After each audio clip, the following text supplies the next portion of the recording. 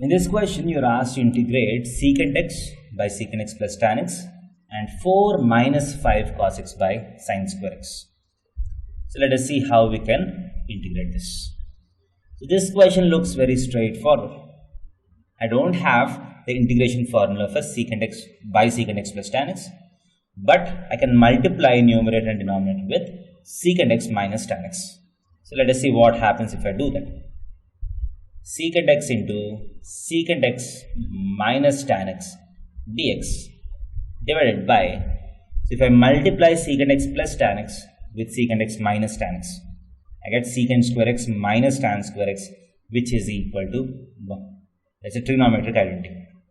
So that is equal to integration. Now if I expand the brackets, I get secant square x dx minus integration of secant x tan x dx. So that is equal to integration of secant square x dx is nothing but tan x. Integration of secant x tan x is nothing but secant x plus an arbitrary constant c.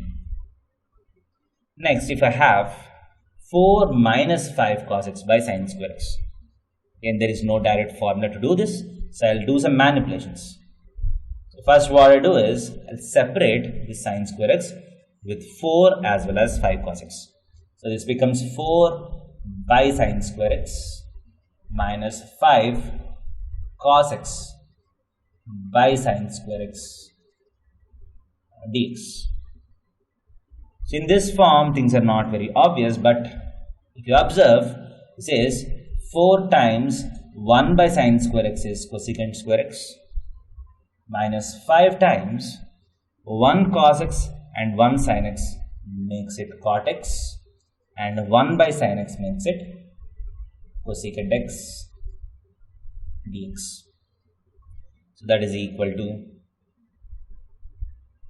integration of 4 times integration of cosecant square x is minus cot x, minus 5 times integration of cosecant x cot x is minus cosecant x plus an integration constant.